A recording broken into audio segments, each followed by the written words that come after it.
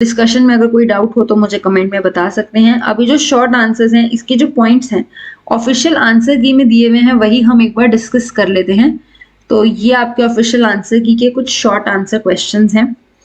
तो क्वेश्चन 22 जो short answers का फर्स्ट क्वेश्चन है वो है describe any 3 sources to know about Harappa civilisation. Harappa civilisation की स्क्रिप्ट तो कोई सोर्स है नहीं, तो पता कैसे चलेगा हड़प्पा के बारे में।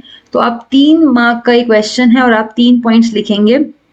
हड़प्पन सील, जिसमें आप बता सकते हैं कि ऊपर एनिमल मोटिव बना है, सॉरी नीचे और ऊपर कुछ सिंबल्स बने हुए हैं।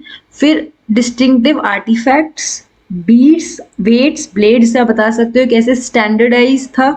और ब्रिक्स की सेम विड्थ और ब्रेड्थ मिली है हमें काफी अलग अलग जगहों पे, सब कुछ स्टैंडर्डाइज और बीट्स मिले हैं हमें चुन्हुदारों वगैरह सेटलमेंट्स में। इसके अलावा आप terracotta bull, copper tools, Dholavira में जो हमें वाटर रिजर्वायर मिला, जिससे पता चलता है कि इरिगेशन एक इम्पॉर्टेंट चीज थी, एग्रीकल्चर को बहुत इंपॉर्टेंस दी जाती थी, ये सब हमें पता चलता है उससे। प्रीस्ट किंग एक स्टोन स्टैचू मिला है हमें। Terracotta figurines, fine spots, faience एक बहुत ज्यादा यूटिलिटेरियन, एक बहुत ज्यादा इम्पॉर्टेंट पेरिशेबल प्रोडक्ट माना जाता है, तो वो भी हमें वहां से पॉट्स मिलते हैं। तो ये आप इनमें से किसी भी 3 को जो आपको सही लगे आप उन्हें डिस्क्राइब कर सकते हैं। इसमें एक ऑप्शन है, या तो आप इस सोर्सेज को डिस्क्राइब करो या सेकंड फर्स्ट चैप्टर से ही describe any 3 features of Harappan drainage. तो इनमें से आप कोई भी 3 चूज कर लेना। हड़प्पन सिटीज जो है ये बहुत केयरफुली प्लान्ड थी। रोड्स और स्ट्रीट्स माना जाता है बिल्कुल ग्रिड पैटर्न में लेट थी। पहले घर बनाने से पहले नीचे ड्रेनेज सिस्टम को ले किया गया होगा। ड्रेनेज जो है उनमें बर्न्ड ब्रिक्स हमें देखने को मिलती हैं। और प्रॉपरली ड्रेनेज सिस्टम को बनाने के लिए mortar, lime, gypsum material use किया गया है। बड़ी बड़ी ब्रिक्स और पत्थर यूज किए गए हैं और इजीली, ताकि इसको बाद में भी साफ किया जा सके, लाइमस्टोन यूज किया गया है। तो ये इनमें से आप कोई भी लिख सकते हो, ऑल्दो इसमें नीचे लिखा हुआ है एनी रेलेवेंट पॉइंट्स जो आपको सही लगे, बट मेरे हिसाब से इनमें से आप कोई भी यूज कर सकते हो। बट ये पॉइंट जरूर लिख देना मेरे हिसाब से कि पहले स्ट्रीट में घर बनाने से पहले नीचे आपने ड्रेनेज सिस्टम बनाया हुआ, क्योंकि ये आप अच्छे से एक्सप्लेन भी कर पाओगे। 3 मार्क्स का है तो 3 पॉइंट इनफ हैं, बट अच्छे से एक्सप्लेन कर देना तीनों को। अगला क्वेश्चन है मगध वर्जन, ये चैप्टर 2 से क्वेश्चन आ गया है। Magadh was the most powerful Mahajanapada. ये स्टेटमेंट मैंने अभी पीछे ही एक वीडियो बनाई थी जिसमें मैंने नोट्स प्रिपेयर किए थे इस चैप्टर के, तो मैंने उसमें ये अच्छे से डिस्क्राइब किया है कि आप कैसे कह सकते हो कि मगध एक पावरफुल महाजनपदा था। तो मगध का जो एग्रीकल्चर है वो बहुत प्रोडक्टिव था। देखो ये 3 मार्क का 3 ही पॉइंट लिखने हैं, आपकी मर्जी इनमें से कोई भी चुन लेना। तो एग्रीकल्चर बहुत प्रोडक्टिव था क्योंकि वो ऐसे रीजन में है जहाँ टेम्परेचर फेवरेबल है। गंगा और उसकी जो ट्रिब्यूटरीज हैं वो एक चीप और कन्वीनियंट कम्युनिकेशन प्रोवाइड करती हैं। लैंड और वाटर दोनों से कम्युनिकेशन बहुत अच्छे से होता है मगध में। फिर आयरन माइंस हैं और उस वक्त लोहे का यूज हथियार बनाने के लिए और औजार बनाने के लिए, टूल्स और वेपन्स बनाने के लिए बहुत ज्यादा यूज होता था। प्लो भी आयरन की यूज होने लग गई थी ताकि एग्रीकल्चर बेटर हो सके। इन चीजों के लिए आयरन का यूज बहुत बढ़ गया था, तो आयरन माइंस एक बहुत इंपॉर्टेंट जरिया थी। हाथी आर्मी में बहुत ज्यादा यूज किए जाते थे और मगध के फॉरेस्ट में वो मिलते थे। काफी पावरफुल किंग्स जैसे बिंबिसार, अजातशत्रु, महापद्मनंदा, जिनको नंदा डायनेस्टी को हराने के बाद चंद्रगुप्त मौर्य रूलर बने थे, मौर्य डायनेस्टी स्टार्ट हुई थी। ये बहुत बेहतरीन किंग्स थे जो मगध में जिन्होंने रूल किया, और इनके मिनिस्टर्स भी बेहतरीन थे जिन्होंने उनको हेल्प की और ज्यादा एक्सपैंड करने की। तो इनमें से आप कोई भी पॉइंट्स लिख सकते हो, सारे ही अच्छे पॉइंट्स हैं, जिनको आप ज्यादा डिस्क्राइब कर सको वो लिख लेना। But I have a feeling कि आप एग्रीकल्चर और आयरन वाली पॉइंट को ना इकट्ठा कर सकते हो, तो जो थोड़ा सा लंबा हो पाए, इसीलिए आप इनको एक पॉइंट करके फिर दूसरा लिख देना। लैंड और वाटर पे ट्रेड हो पाता था, एंड आप ये पावरफुल रूलर्स की भी बात कर लोगे तो सारे पॉइंट्स कवर हो पाएंगे। Asiatic mode of production stated by Karl Marx, इसके बारे में आपको आइडियाज देने हैं, 3 ही पॉइंट देने हैं, बट हम थोड़े ज्यादा डिस्कस कर लेंगे। ये चैप्टर 5 में बात हुई थी कार्ल मार्क्स के आइडियाज के बारे में, तो हम उसकी अब बात कर रहे हैं।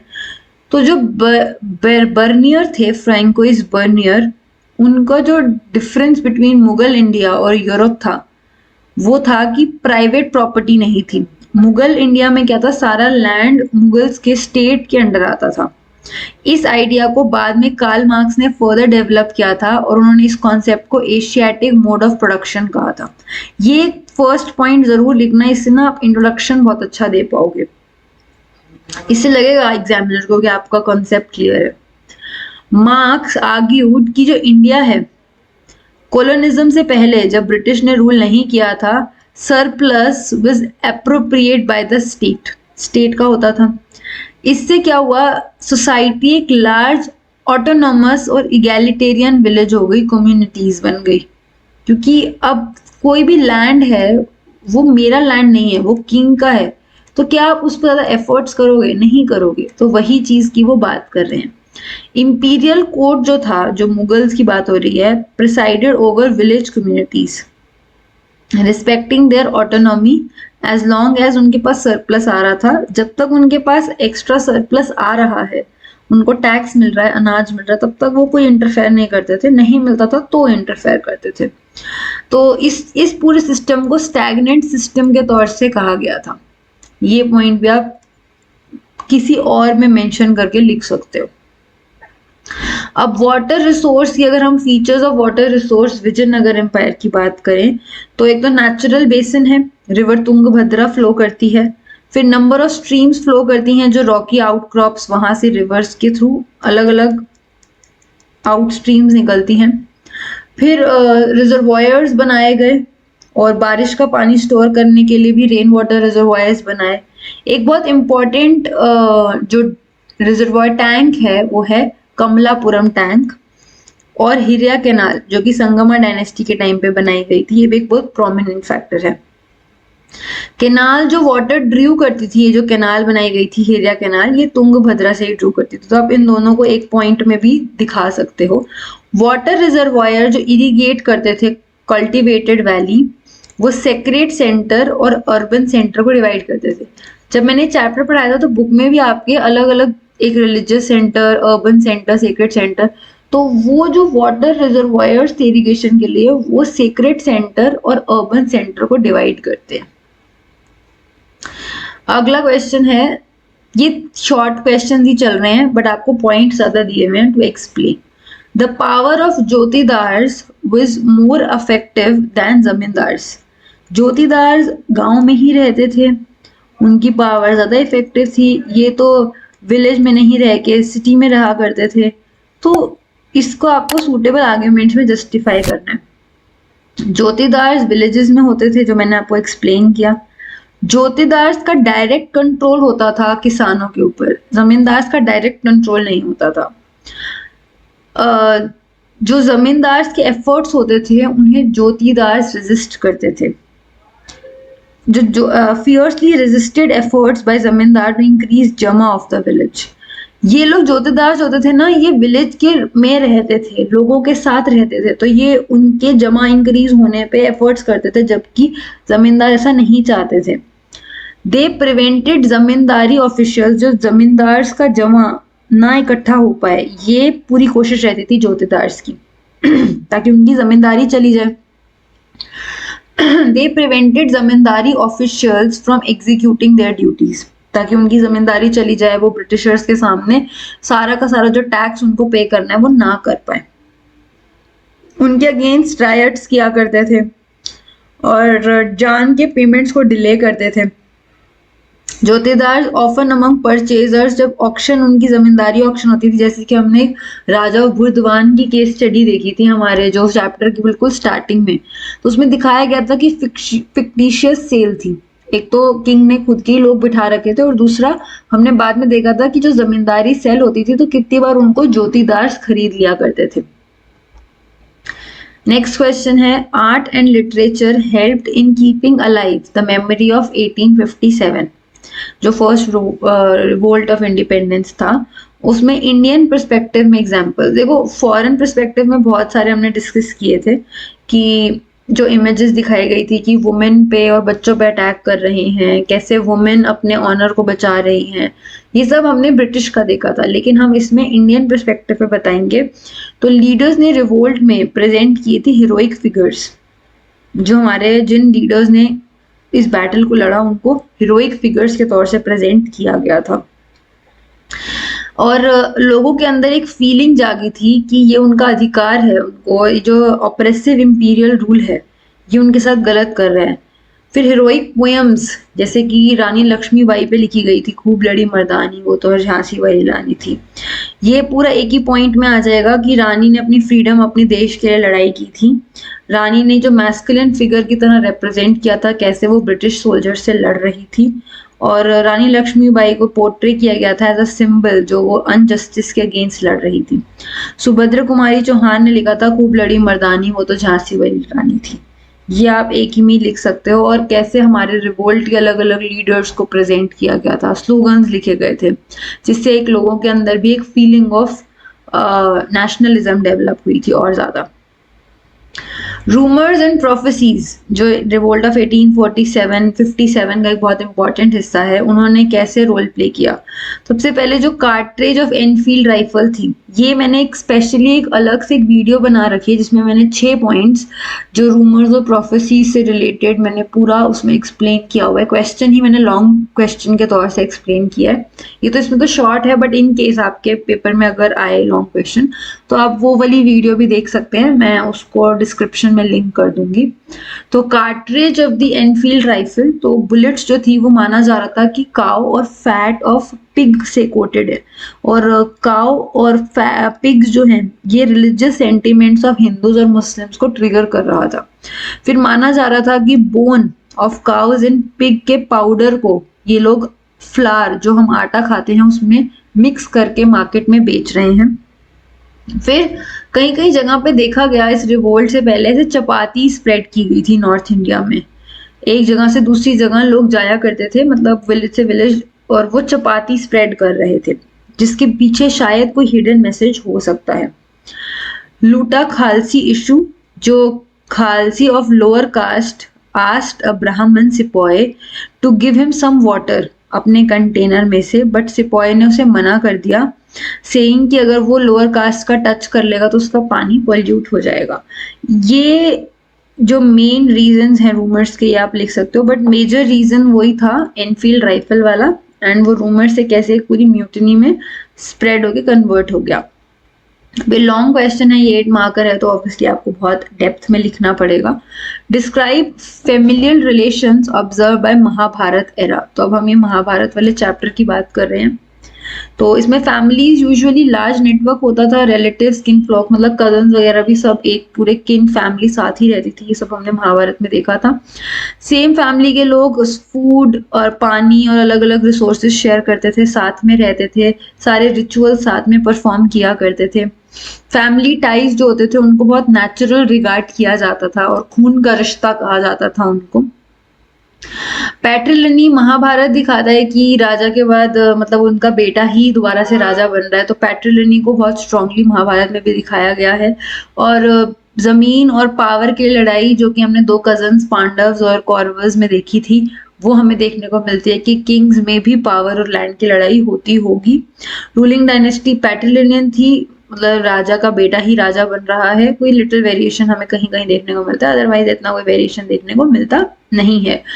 एक्सेप्शनल सर्कमस्टेंसेस से प्रभावती गुप्ता, अगर हम लैंड ग्रांट की बात करें तो कोई लैंड ग्रांट मोस्टली ब्राह्मण्स को दिया जाता था या राजा अपनी पावर दिखाने के लिए देते थे, बट हमें कहीं कहीं पे दिखता है कि वुमेन दे रही है। उसका एक एग्जाम्पल प्रभावती गुप्ता में देखने को मिलता है।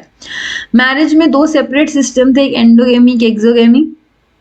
मैरिजेस जो गर्ल्स की होती थी वो राइट टाइम पे राइट इंसान से कराई जाए ये माना जाता था। कन्यादान एक तरीके का गिफ्ट होता था, जो डॉटर की मैरिज में उनके फादर, एक ड्यूटी होती थी उनकी kanyadan as a gift of daughter, तो वो एक फादर की ड्यूटी मानी जाती थी। आज भी ये कस्टम चलता है हमारे पे कन्यादान वाला। There are 3 types of marriages, monogamy, polygamy और पॉलीएंड्री। तो ये 3 टाइप्स ऑफ मैरिजेस देखी जाती हैं कि एक मेन की बहुत सारी वाइफ या एक वाइफ के बहुत सारे हस्बैंड, जैसे महाभारत में हमने द्रौपदी का देखा। मैरिज इन नॉर्म्स जो हैं, जैसे 8 टाइप की मैरिज है जिसमें 4 को सही और 4 को गलत माना गया। ये सारे जो नॉर्म्स हैं ये धर्मशास्त्र, धर्मसूत्र और मनुस्मृति में मेंशन है। टेक्स्ट जिसमें आपको बताया 8 फॉर्म्स ऑफ मैरिजेस को रिकॉग्नाइज करता है। गोत्र रूल, अब ये तो मैरिजेस की जो 3-4 पॉइंट है ना, ये आप एक ही पॉइंट में लिख देना, ताकि क्योंकि लॉन्ग क्वेश्चन है तो ये आइडियाज हैं बेसिकली सारे। तो 2 रूल्स जो गोत्र में बहुत प्रोमिनेंटली इंपॉर्टेंट हैं वो है कि women were expected to give up their fathers gotra, और जो हस्बैंड का गोत्र है उसको वो अडॉप्ट कर लेती हैं शादी के बाद, और एक ही गोत्र के लोग शादी नहीं कर सकते। तो ये 2 रूल्स हैं जो गोत्र में आपको फॉलो करने पड़ते हैं। इनका बहुत ध्यान रखा जाता था टुवर्ड्स जब आप मैरिज के केस में। सतवाहना रूलर्स जो थे वो पॉलीगैमस थे जो माना जाता है, और वो अपनी मदर को बहुत इंपॉर्टेंस देते थे। और काफी सारे सतवाहना रूलर्स जैसे गौतमी की सीरी पत्रा, तो ये लोग अपने जो मदर का नेम होता था वो लोग ये लिया करते थे, तो ये मदर्स को बहुत ज्यादा इंपॉर्टेंस दिया करते थे। ये हमें देखने को मिलता है। ये पूरा चैप्टर 3 काफी ज्यादा इस क्वेश्चन में कवर हो रहा है, तो आप ये क्वेश्चन अटेम्प्ट कर सकते हो। बट इसमें ऑप्शन है, आप चाहो तो आप दूसरा क्वेश्चन है कि सोशल इम्प्लीकेशंस रिसोर्सेज को एक्सेस करने में महाभारत में जो हमें देखने को मिलते हैं। तो धर्मशास्त्र में जो दिखाया जाता है जेंडर्ड एक्सेस टू प्रॉपर्टी, तो डिवाइडेड इक्वली अमंग सन्स, बेटों में इक्वली डिवाइड होती थी। वुमेन चाहे वाइफ हो, चाहे बेटी है, चाहे बहन है, उनका कोई अधिकार नहीं होता था रिसोर्सेज के ऊपर। सबसे ज्यादा शेयर जो होता था वो सबसे बड़े बेटे को दिया जाता था, बट वुमेन का कोई अधिकार नहीं था। ये बाद में एक्ट आया जिसके बाद वुमेन को भी, वाइफ को या बेटियों को भी लैंड में राइट मिलने लगा था। वुमेन जो स्त्री धन होता था वो वुमेन का अधिकार होता था और वो अपने पास रख सकती थी, और ये वुमेन की मर्जी होती थी, वो अपने चिल्ड्रन को दे सकती थी किसी को भी, मतलब वो अपनी मर्जी से, उनकी अथॉरिटी होती थी और उनको उसमें हस्बैंड से कोई परमिशन लेने की या क्लेम की कोई जरूरत नहीं होती थी। कुछ एक्सेप्शंस हमें जो देखने को मिलती हैं, फिर से वही प्रभावती गुप्ता, जो वेल्दी वुमेन जो कि वकटा क्वीन थी, उनके पास प्रॉपर्टी थी और उन्होंने लैंड ग्रांट्स भी दिए हैं, ये हमें देखने को मिलता है। एपिग्राफिक और टेक्सचुअल एविडेंस, ये हम सोर्स की बात कर रहे हैं, वो बताते हैं कि जो अपर वुमेन थी उनके पास जमीन, रिसोर्सेज, कैटल और पैसे होते थे, उनके पास एक्सेस होती थी। जबकि ये चीज हमें वर्ण सिस्टम में नहीं मिलती है और हमें लोकल वुमेन के केस में भी ऐसा कुछ नहीं देखने को मिलता, बट कुछ एक्सेप्शंस हमें वुमेन की देखने को मिलती हैं। हर वर्ण को क्या क्या काम करने चाहिए ये ऑक्यूपेशंस भी धर्मशास्त्र और धर्मसूत्र में मेंशन है। अगर हम तमिल सोर्स, ये फिर से एक सोर्स है तमिल संगम, इसमें भी हमें सोशल और इकोनॉमिक रेशियोज देखने को मिलते हैं रिच और पुअर के बीच में, और वो किस तरीके के रिसोर्सेज शेयर करेंगे, क्या क्या ड्यूटीज कौन कौन परफॉर्म करेगा, ये सब भी हमें देखने को मिलता है।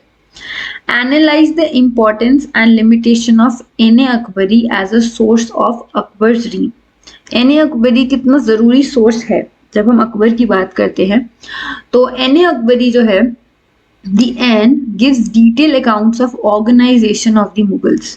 हमें काफी कुछ मुगल्स के बारे में पता चलता है, उनके दरबार में कैसे काम होता था, वो कैसे एडमिनिस्टर करते थे, उन्होंने डिविजन्स बना रखे थे, नीचे सब डिविजन्स कमिटीज बनी हुई थी, आर्मी में किस तरीके से काम होता था, रेवेन्यू का सोर्स क्या था, लैंड से टैक्स आता था, किस चीज से आता था, ट्रेड से आता था, ये सब हमें एने अकबरी में देखने को मिलता है। प्रोविंसेस अकबर एम्पायर के, और लिटरेरी, कल्चर और रिलीजियस ट्रेडिशन जो लोग फॉलो किया करते थे, क्योंकि अलग अलग ट्रेडिशन से हमें इसमें से दिन ने लाई जो अकबर ने रिलीजन शुरू किया था, अकबर ने अलग अलग जो सिस्टम पॉलिसीज इंट्रोड्यूस की, वो सब हमें देखने को इसमें मिलती हैं। प्रोविंसेस जो सूबास थे एम्पायर के, कैसे डिवाइडेड थे, किस तरीके से वो वर्क करते थे, वो सब। फिर एन हमें क्वांटिटेटिव इंफॉर्मेशन, मुगल प्रोविंस काफी ज्यादा इंफॉर्मेशन हमें पता चलती है कि अलग अलग कस्टम्स के लोग रहते थे यहाँ पे, और काफी इंफॉर्मेशन कि किस टैक्स को इम्प्लीमेंट किया गया, किसको रिमूव किया गया, क्या पॉलिसी लाई गई, कैसे उसको वर्क किया जा रहा है, पैसे कहाँ से आ रहे हैं, कि कौन से ग्रांट कर रहे हैं। ये तो सारी इंपॉर्टेंस ऑफ एन अकबरी है जो हमें देखने को मिलता है। बट क्वेश्चन के दो पार्ट्स हैं, तो लिमिटेशन की बात कर लेते हैं। इसमें हमें काफी सारे टोटलिंग एरर्स देखने को मिलते हैं और somewhat skewed nature of quantitative data. हमें कहीं कहीं की तो बहुत ज्यादा डिटेल में इंफॉर्मेशन मिलती है, बट कहीं कहीं के बारे में हमें कुछ भी पता नहीं चलता है। फिजिकल डेटा हमें बहुत सारा मिलता है कि प्राइजेस क्या थे, लोगों को कितने पैसे दिए जाते थे, बट इतनी डिटेल में उन चीजों को लिखा नहीं गया है। एंड जो डिटेल लिस्ट है डेटास की, हमें वो आगरा और उसके आसपास के एरिया के मिलते हैं क्योंकि कैपिटल एरिया था। लेकिन जो दूर दराज के एरिया थे, हमें उनके बारे में इतना डिटेल में नहीं पता चल पाता जितना हमें इन एरियाज के बारे में पता चलता है। तो अनइक्वल इंफॉर्मेशन है, कहीं की बहुत ज्यादा है पर कहीं की इतनी ज्यादा नहीं है। Examine the ways in which panchayat regulated Mughal rule society. Panchayat किस तरीके से रेगुलेट करती थी? तो जो विलेज पंचायत थी was an assembly of elders, जो कि हेरिडेटरी राइट होता था ओवर देयर प्रॉपर्टी। जिनके पास प्रॉपर्टी का अधिकार है वो एल्डर्स पंचायत का हिस्सा होते थे। पंचायत हेट्रोजीनियस बॉडी होती थी। पंचायत अलग अलग कास्ट और कम्युनिटीज को रिप्रेजेंट करती थी। जो पंचायत डिसीजन लेती थी वो सबको फॉलो करना पड़ता था और पंचायत का एक मुखिया, एक हेड होता था जिसको मुकदम कहा जाता था या मंडल। हेडमैन बेसिकली जो बाकी के लोग हैं उनके मर्जी से चूज किया जाता था, मतलब जो उनकी सहमति होती थी। हेडमैन कॉन्फिडेंस जब तक विलेज के एल्डर्स का उनकी तरफ होता था तब तक वो हेडमैन है।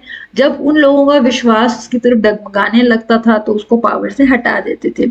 हेडमैन का जो चीफ फंक्शन होता था वो preparation of village accounts, account के पटवारी को असिस्ट करना, हर चीज को ध्यान देना, अकाउंट ठीक से मेंटेन किए जाएं, इन सब का काम विलेज हेडमैन का होता था। तो फंक्शन शॉर्ट क्वेश्चन में अगर कभी पूछा जाए तो ये होता था विलेज हेडमैन का।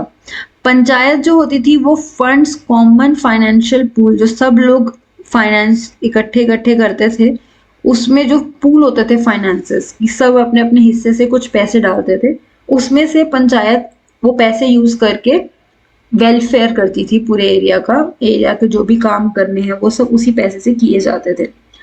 पंचायत में कास्ट बाउंड्रीज में बहुत ज्यादा ध्यान दिया जाता था। पंचायत के पास अथॉरिटी होती थी कि कितना टैक्स या कितना फाइन, टैक्स तो उनकी अथॉरिटी नहीं थी, फाइन, जुर्माना, अगर कोई गलत काम कर रहा है या कुछ भी तो उस चीज पे कितनी पनिशमेंट होगी या कितना फाइन लगेगा, ये काम पंचायत का होता था। अगला क्वेश्चन है explain the importance of non cooperation movement. Non cooperation movement को गांधी जी ने खिलाफत मूवमेंट के साथ कपल किया था, ये सोच के कि हिंदूज और मुस्लिम साथ आ जाएंगे और कॉलोनियल राज का एंड हो जाएगा। इस मूवमेंट ने एक पॉपुलर एक्शन जो अनप्रेसिडेंटेड इन कॉलोनियल इंडिया वो एक शुरू हुआ। इंडियंस ने गवर्नमेंट के किसी भी लेवल पे कॉपरेट करने से मना कर दिया। बच्चों ने स्कूल जाना, कॉलेजेस जाना बंद कर दिया। लॉयर्स ने कोर्ट में प्रैक्टिस करना बंद कर दिया। लोगों ने अपनी गवर्नमेंट की जॉब्स छोड़ दी। नेशनल स्कूल्स और कॉलेजेस जो ओपन हुए थे वो सब बंद हुए और नॉन पेमेंट ऑफ टैक्सेस, उनके टैक्सेस देने बंद किए। लोगों ने अपने टाइटल्स को रिनाउंस किया। कहीं से भी जो गवर्नमेंट की एसोसिएटेड चीजें थी वहां से अपने आप को रिमूव किया। इस मूवमेंट ने इंडियन हिस्ट्री को बहुत हद तक बदल दिया क्योंकि pageants, workers, students, lawyers, industrialist सब ने इस मूवमेंट को ज्वाइन किया और किसी ने भी गवर्नमेंट को सपोर्ट करने से इनकार कर दिया। हिंदूज, मुस्लिम्स, पारसी, सिख ये सब यूनाइट हो गए थे इस वक्त। न जाने कितने हजारों लोगों ने वॉलेंटियर किया, कितने सारे ऑफिशियल्स थे जिन्होंने अपनी पोस्ट से रिजाइन कर दिया। जहां से भी गवर्नमेंट रिलेशन था उन्होंने अपने आप को रिजाइन किया। हर तबके के लोग, पेजेंट से लेके रिच क्लास, सब गांधी जी की मीटिंग्स को अटेंड करते थे। इसमें एक इंटरेस्टिंग फैक्टर था कि वुमेन ने भी बढ़ चढ़ के पार्टिसिपेट किया। It was train for self rule, हम खुद स्वराज, हम खुद पे इंडिपेंडेंस, खुद काम करेंगे, हर चीज मेंटेन करेंगे। इस टाइम पे गांधी जी ने खादी को भी बहुत प्रमोट किया था, चरखा चलाने को उन्होंने कहा था और हर चीज हम खुद से करें, हमें गवर्नमेंट पे डिपेंडेंट नहीं होना, इस चीज पे इंफोसिस किया जा रहा था। Significance of civil disobedience movement. जो सिविल डिसोबीडियंस मूवमेंट थी वो सॉल्ट लॉ के अगेंस्ट ऑर्गेनाइज की गई थी क्योंकि सॉल्ट लॉ पे मैन्युफैक्चर करने पे स्टेट की जो ब्रिटिश रूल था उसकी मोनोपोली थी और नमक एक ऐसी चीज है जो हमारे घर के रिच या लो क्लास कोई भी इंसान है उसके घर में नमक तो यूज किया ही जाता है। और ये बहुत ही ज्यादा अनपॉपुलर थी, लोग बिल्कुल भी खुश नहीं थे क्योंकि डोमेस्टिक यूज में सॉल्ट बिल्कुल भी हम खुद नहीं क्रिएट कर सकते थे, बहुत सारे लॉ थे, सब कुछ मना था। तो गांधी जी ने इस होप में कि सारे लोग मिल के साथ में आएंगे तो उन्होंने दांडी मार्च किया था। उन्होंने दांडी पे कोस्ट पे जाके सॉल्ट लॉ को ब्रेक किया और ऑब्वियसली उसके बाद उनको अरेस्ट कर लिया गया था। सॉल्ट मार्च जब गांधी जी ने वहां पे दांडी में लॉ ब्रेक किया, ठीक उसी वक्त अलग अलग जगहों पे और सारे लीडर्स और नेशनलिस्ट्स ने अलग अलग कोस्ट के इंडिया के एरियाज में भी इस लॉ को ब्रेक किया। ठीक उसी वक्त पेजेंट्स ने जिसने जिस तरीके से सिविल डिसोबीडियंस को समझा उन्होंने अपने तरीके से किया। पेजेंट्स ने फॉरेस्ट लॉ को ब्रेक किया और वो लोग जंगलों में चले गए। जो मिल वर्कर्स और फैक्ट्री में काम करने वाले थे वो लोग स्ट्राइक पे चले गए। लॉयर्स ने ब्रिटिश कोर्ट्स को बॉयकॉट किया। बच्चों ने फिर से एजुकेशनल इंस्टीट्यूट्स और गवर्नमेंट के स्कूल कॉलेजेस में जाना बंद कर दिया। इंडियंस को अरेस्ट कर लिया गया ऑब्वियसली। गांधी जी ने अपर कास्ट को, जब वो जा रहे थे साबरमती आश्रम से दांडी की तरफ, तो वो बीच बीच में रुक रुक के लोगों को अपना भाषण दिया करते थे। तो उस भाषण में उन्होंने अपर कास्ट लोगों को बोला था कि उन्हें अनटचेबल्स को सर्व करना चाहिए। हिंदू मुस्लिम्स पारसी सिख सब यूनाइट हो गए थे, थाउजेंड्स ने वॉलेंटियर किया, फिर से वही ऑफिसर्स ने रिजाइन कर दिया। गांधी जी की मीटिंग्स हर सेक्शन ने अटेंड की, women participated in large number. Dandi march ने गांधी जी को वर्ल्ड अटेंशन, अमेरिकन और यूरोपियन प्रेस ने भी आर्टिकल्स लिखे थे गांधी जी के बारे में, क्योंकि पहले वो बिल्कुल भी इस चीज को इतना सीरियसली नहीं ले रहे थे। उन्हें नहीं लग रहा था कि दांडी मार्च बहुत बड़ी मूवमेंट बनेगी, बट ये एक्चुअल में बहुत बड़ी मूवमेंट बन गई थी। सॉल्ट मार्च ने ब्रिटिश को रियलाइज करा दिया था कि उनकी जो रूल है इंडिया में वो हमेशा नहीं रहेगा, वो एक ना एक वक्त के बाद खत्म हो जाएगा। अब ये सेक्शन डी है, इसमें सोर्सेज हैं। तो ये एक सोर्स है Sanchi in 19th century। The most wonderful ancient building in the state of Bhopal are at Sanchi, a small village under the bow of a hill some 20 miles northeast of Bhopal, which we visited yesterday. We inspected the stone sculptures and statues of Buddha and an ancient gateway. The ruins appeared to be the object of great interest to European gentlemen. Major Alexander Cunningham stayed several weeks in this neighborhood and examined these ruins most carefully. He took drawings of the place, deciphered the inscriptions, जो भी inscription लिखे थे वहाँ पे, bored shaft down those domes. The result of this investigation were described by him in an English book. ये जो translated why was Sanchi interesting to Alexander Cunningham, क्योंकि उन्होंने रिपोर्ट प्रिपेयर की थी स्तूपा की और वो एक सेंटर ऑफ बुद्धिस्ट हेरिटेज था, तो वो एक हिस्ट्री ऑफ इंडिया के लिए बहुत इंपॉर्टेंट था। तो इस कारण से अलेक्जेंडर क्यूमिंगम का इंटरेस्ट हुआ था। How was Sanchi related to Buddhism? तो ये एक ओल्डेस्ट बुद्धिस्ट मॉन्यूमेंट था जिसमें आपको बुद्धा के रेलिक्स देखने को मिलेंगे और इसका जो स्ट्रक्चर था वो इस तरीके से stupa represented Buddha seated in meditation. वहाँ पे जो एक शेप ऑफ स्तूपा इस तरीके से रिप्रेजेंटेड है और उसका जो पूरा पैटर्न है वो स्तूपा का, जैसे सेमी सर्कल डोम, अंधा और ऊपर एक बालकनी, वो पूरा एक बुद्धिज्म स्तूपा को बिल्कुल रिप्रेजेंट कर रहा था, इसलिए वो बहुत इंपॉर्टेंट फैक्टर था। स्ट्रक्चर जो है वो एक बहुत ओल्डेस्ट बुद्धिस्ट मॉन्यूमेंट है। How did Shahjahan Begum conserve Sanchi stupa? तो जो ruler of Bhopal Shahjahan Begum and Sultan Jahan Begum, उन्होंने मनी प्रोवाइड की थी इस जगह की प्रिजर्वेशन के लिए। जॉन मार्शल को उन्होंने अपने वहाँ पे स्टे दिया था और उन्होंने जो सारे के सारे वॉल्यूम सांची पे लिखे वो उन्होंने सुल्तान जहां को डेडिकेट किए थे।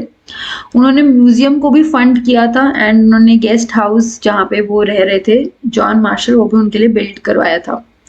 उन्होंने जो पब्लिकेशन, जो जॉन मार्शल ने वॉल्यूम्स लिखे, इसकी पब्लिकेशन में भी पैसे लगते हैं, वो भी सुल्तान जहां बेगम ने फंड किए थे। तो उन्होंने बहुत ज्यादा कोशिश की और इन्हीं के एफर्ट्स थे कि ये कंजर्व हो पाया। अगला सोर्स है love for the God. This is part of a song attributed to Mirabai.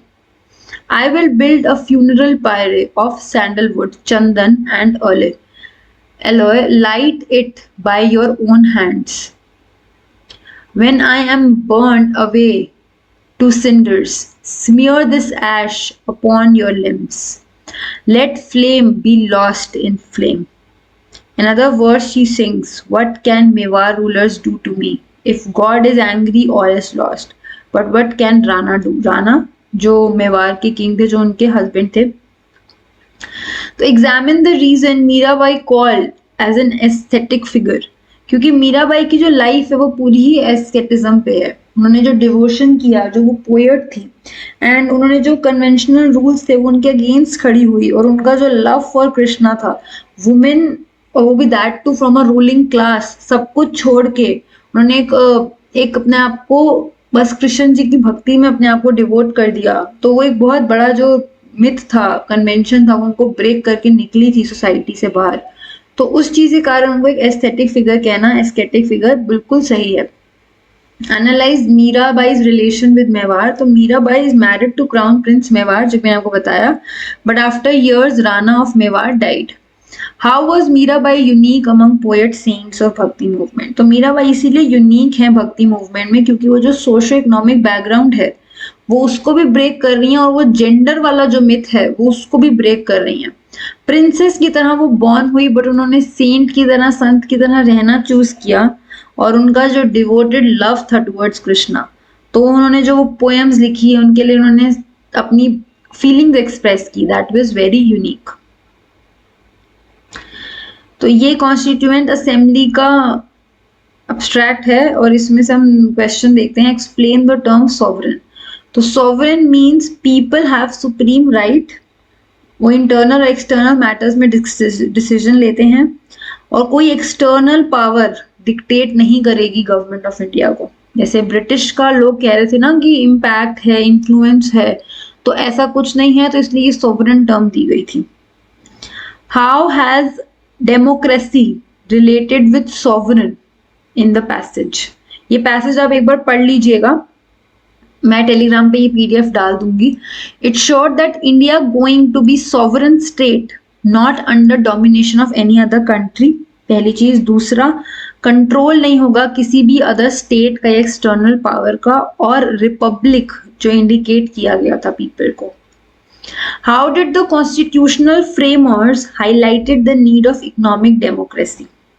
Indian constitutional framers strive to promote welfare of people, social order in which social, economic और political justice हर इंसान को मिले, क्योंकि उसी के लिए उन्होंने लड़ाई करके आज़ादी ली है. They wanted India to be a socialist state. They tried to frame policies through inequalities to be minimized in income or status. ये इनइक्वालिटीज का मन है, और सोशल जो हमारे यहाँ पे इविल्स थे, चाइल्ड मैरिज और इन सब को बंद किया गया, विडो रीमैरिज को प्रमोट किया गया. बहुत से इकोनॉमिक, वो तो खैर सोशल डेमोक्रेसी थी, बट इकोनॉमिक कि सबकी इनइक्वालिटी खत्म हो, सोशलिस्टिक स्टेटस, और सबको इकोनॉमिक, पॉलिटिकल, सोशल जस्टिस मिले, उन सब पे फोकस किया गया. अब अमरावती में जो स्तूपा है वो आंध्र प्रदेश में आप मार्क करोगे. राखी गई में Indus valley site, Haryana. Agra territory जो मुगल्स के अंडर आती थी वो उत्तर प्रदेश में. ये आपको क्वेश्चन एक्चुअली कुछ इस तरीके से दिया जाएगा, ये मैंने आंसर वाला खोल रखा है इसीलिए. ये देखिए, ये आपको ऐसे दिया जाएगा, अमरावती, राखी गई, आगरा टेरिटरी, तो ये आप उत्तर प्रदेश में मार्क करेंगे. या विजयनगर की जो कैपिटल, तो ये आज के प्रेजेंट डे की जो स्टेट्स आपको मार्क करना है. तो अमरावती सूबे आप आंध्र प्रदेश मार्क करोगे. राखी गई जो इंडस वैली साइट में है, तो ये वो आंसर्स दिए हुए हैं कि कर्नाटका हो गया या उत्तर प्रदेश हो गया, तो ये उस तरीके से पहले ही दिए हुए हैं. तो ये कुछ साइट्स हैं जो मेंशन की गई थी, और मैप ये रहा. तो इसमें यहाँ पे अमरावती है, ये कैलकाटा, यहाँ आगरा, ये राखी गई और झांसी. ये मैंने आपको ऊपर लिख के दिखा दिए थे. तो मैप में अमरावती स्तूपा, राखी गई, आगरा और विजयनगर, ये आप मार्क कर सकते हो. झांसी और कैलकाटा भी मैंने मार्क कर रखा है, जो इस क्वेश्चन के बेसिस पे है. तो ये वो मैप वर्क है जो आप देख सकते हो। ये पूरी पीडीएफ आंसर्स और क्वेश्चन दोनों की मैं डाल दूंगी टेलीग्राम पे। पहले कोशिश करना क्वेश्चन वाली सिर्फ देखो और खुद सॉल्व करो, डिस्कस मैंने यहाँ पे कर लिया है। फिर आंसर वाली देखना। कोई भी डाउट हो तो कमेंट बॉक्स में आप मुझसे पूछ सकते हो। वीडियो अच्छी लगी तो वीडियो को डेफिनेटली लाइक कीजिएगा। चैनल से फर्स्ट टाइम जुड़ रहे हैं तो चैनल को सब्सक्राइब करके बेल आइकन को जरूर क्लिक कर लीजिएगा। और अगर कोई भी डाउट हो तो आप मुझसे कमेंट बॉक्स में पूछ सकते हैं। मिलती हूँ मैं अगली वीडियो में, तब तक के लिए keep learning and keep growing. And ये पूरा का पूरा आपका एक तरीके से रिवीजन भी है, तो आप इसको सैम्पल पेपर को खुद लेके भी बैठ सकते हो। 3 घंटे का टाइम एंड 80 मार्क्स का, और उसके बाद फिर जो ये डिस्कशन है ये आप देख लेना। तो ये पूरा सैम्पल पेपर था जो मैंने डिस्कस किया है। पहले एमसीक्यू थे, फिर लॉन्ग और short answers and map work. तो मिलती हूँ मैं अगली वीडियो में। Keep learning keep growing.